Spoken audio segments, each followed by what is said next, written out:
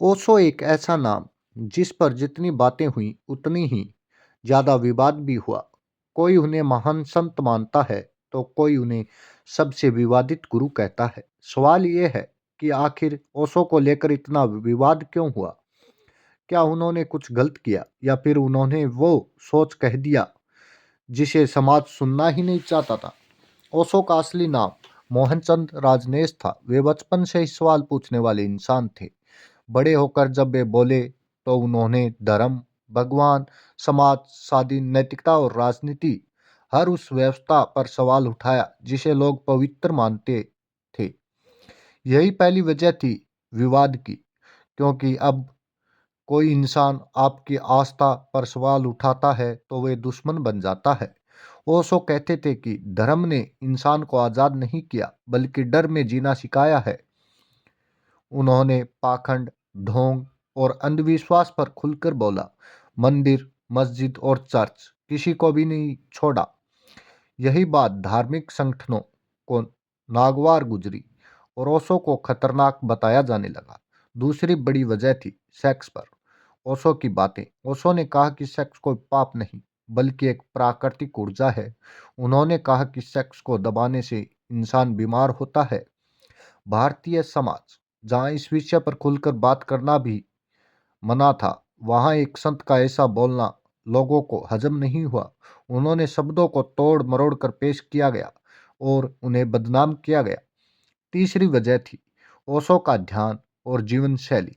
ओशो पारंपरिक साधुओं जैसे नहीं थे। उनके आश्रम में ध्यान अलग तरह से होता था।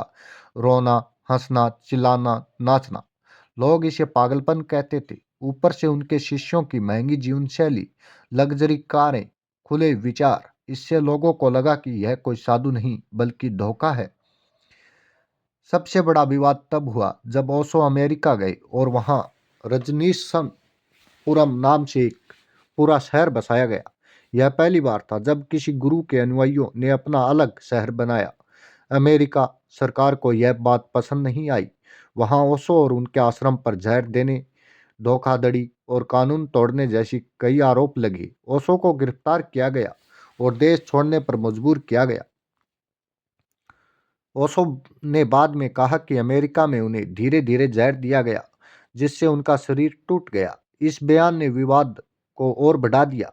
कुछ लोग इसे मानते हैं, कुछ झूठ, लेकिन सवाल आज भी अनसुलझा है।